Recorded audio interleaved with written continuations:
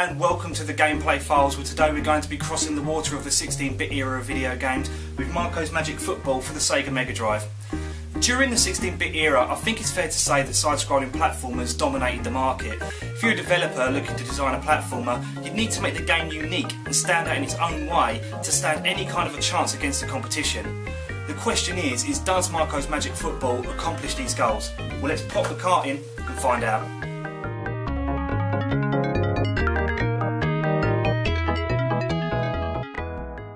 Marko's Magic Football is a side-scrolling platformer released for the Sega Mega Drive back in 1993. It follows the story of Marko, a young boy from the town of North Sterlington who lost his football and stumbles across a henchman of Colonel Brown, the evil owner of the North Sterlington toy factory, pouring a sludge-like substance into the sewers. The substance had the ability to turn all life forms into sludge monsters, and as luck would have it, Marko's football just happened to come in contact with the sludge, which transformed it into a super football. With his new football, Marko decided to put a stop to Colonel Brown's evil plans. Now, is it me, or does Colonel Brown was going down sounds like some sort of shit euphemism?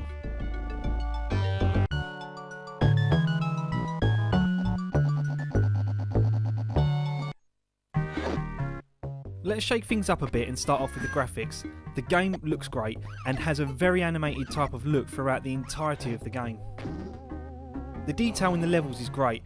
There is not a thing out of place. The shading and lighting is perfect with detail on almost every object and enemy you encounter.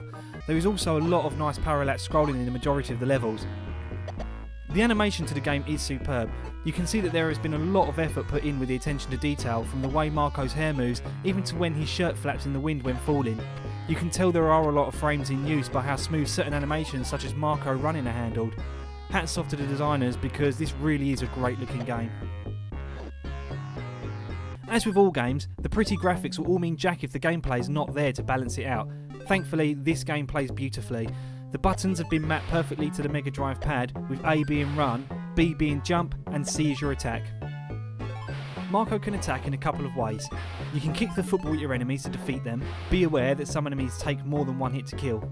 Taking a run-up also allows you to kick your ball higher and further for slightly more harder to reach enemies, such as the riflemen that are camped behind the garden fence. The ball can also be used as an A to access hard to reach areas by jumping on it. The more you bounce on the ball, the higher you reach.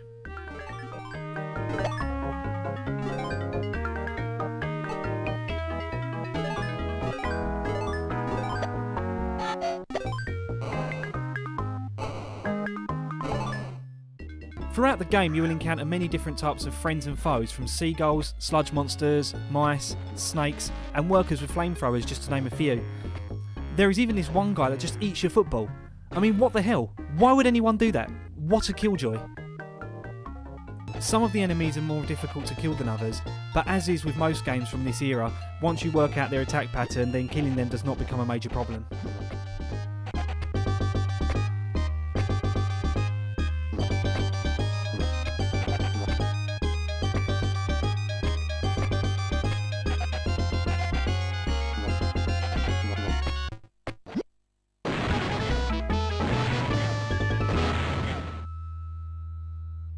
To help you along the way, there are checkpoints dotted around the levels in the shape of a female photographer that takes your picture.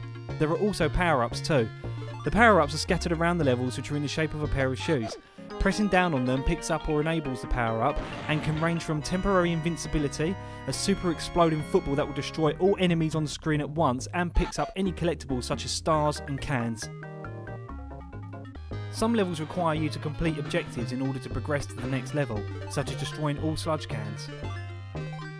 Hidden around the games are little surprises such as UFOs that have crashed on top of a telephone pole, giant hamburgers and... Wait, is that Captain Kirk from Star Trek? It even has the correct communicator sound. That definitely deserves 2 thumbs up right there. Bravo, Domark, bravo. The game provides somewhat of an even challenge up until the forest levels. This is where it becomes frustrating. The snakes will be your downfall.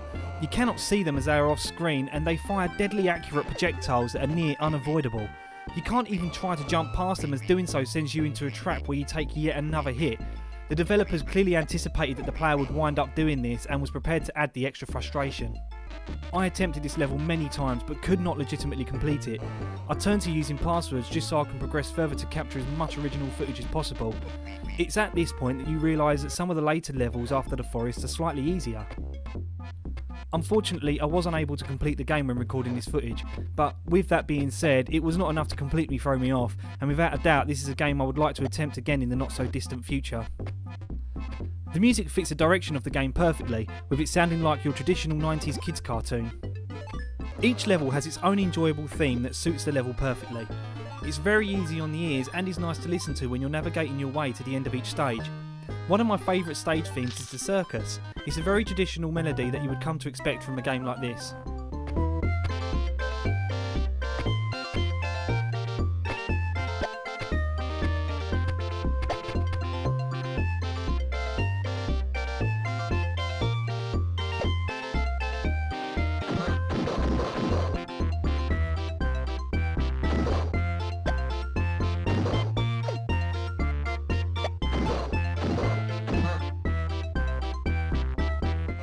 The sound effects fit the game nicely too.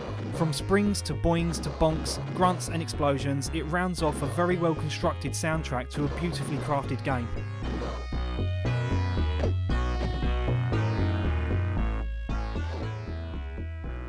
I think it's obvious to say that I really enjoyed playing Marko's Magic Football. I would absolutely consider it a hidden gem in the Mega Drive library which I feel has been ignored by gamers. It really is a game I greatly encourage you to play. The game has an almost perfectly balanced difficulty curve, gorgeous graphics and superb music and sound effects to match. It really is a must-have for retro gamers. That's not to say the game doesn't have its flaws, but they are so few and far between that you would be forgiven to simply ignore them. You can pick up a copy for about £5 on eBay with box and instructions. If you see it, then rip the arm off the seller because at this price it is an absolute steal.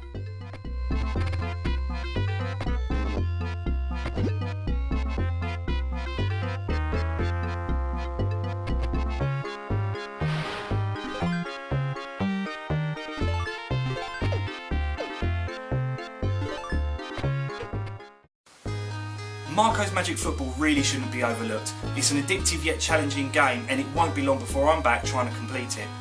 Have you played Marko's Magic Football? What do you think? Share your thoughts in the comments below, and whilst you're at it, why not recommend a game for me to review? And don't forget, like the video, subscribe to our channel and follow us on Facebook. And I'll see you soon for the next review.